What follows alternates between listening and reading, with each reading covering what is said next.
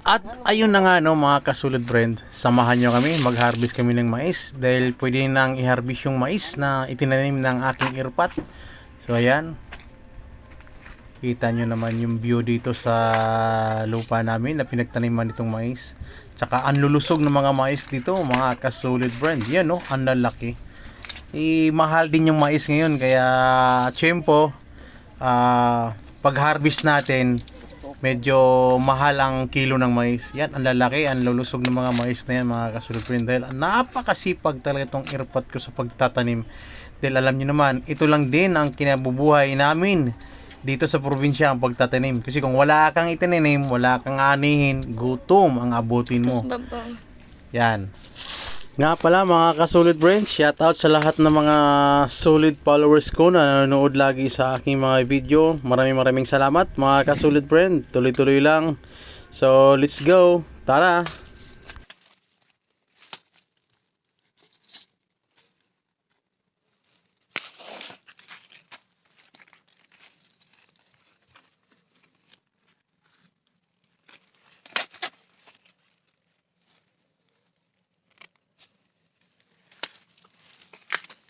Ito pagkababaw.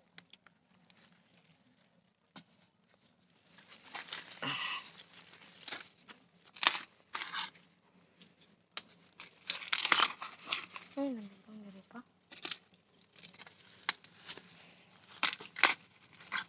At ayun na nga no mga kasolid friend. Ang isunod pala nating itanim dito ay mga bell pepper o atsal sa mga Bisaya.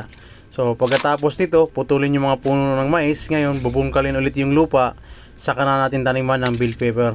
Ganun lang, tuloy-tuloy lang para meron tayong income.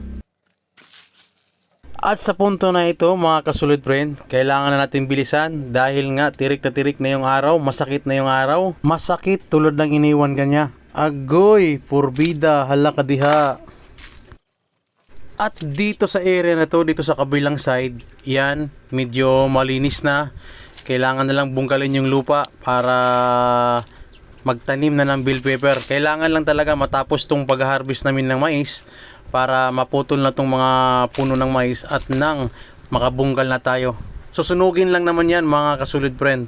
At dito nga pala sa kinatatayuan natin mga kasulid friend, tanaw na tanaw yung dagat. Kasi medyo malapit lang kami sa dagat mga kasulid friend. At ito naman na aking irpat ay napakasipag naman talaga. Saludo ako nito. Grabe napakasipag nito mga kasulid friend. Talagang nagtatanim talaga to. Matyagang magtatanim. At sa puntong ito mga kasulid friend, malapit na tayong matapos, malapit nating ma-harvest lahat. Kasi nga pala mga kasulid friend, ito na yung pinaka last na harvest namin dito sa mais na to. So medyo kaunti lang, pero nung una marami kaming na-harvest. Ito pinaka last na tong i-harvest natin mga kasulid friend. So sana makarami-rami pa rin kahit papaano.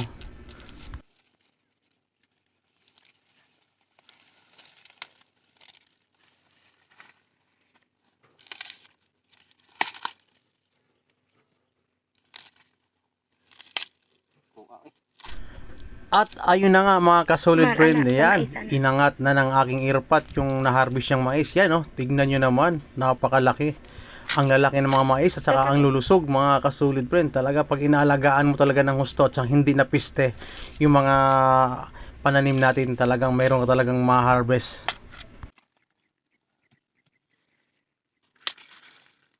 Wala uno din ikaduha. Pagsara di uno ala. At sa puntong ito mga kasolid friend, tapos na tayo. Yan, nilalagay na lang sa sako sa aking irpat ang mga na-harvest niyang mais. Parang ipakilo na natin to. Pera na naman. At siyempre mga kasolid friend, bago natin ibenta yan, kailangan pilian mo na. Kasi meron talagang reject dyan na hindi na pwedeng ibenta. Yun, pangkonsumo na lang sa bahay. At dito nagtatapos ang ating harvest vlog. Maraming salamat sa panonood. God bless you all. Love you. Bye-bye.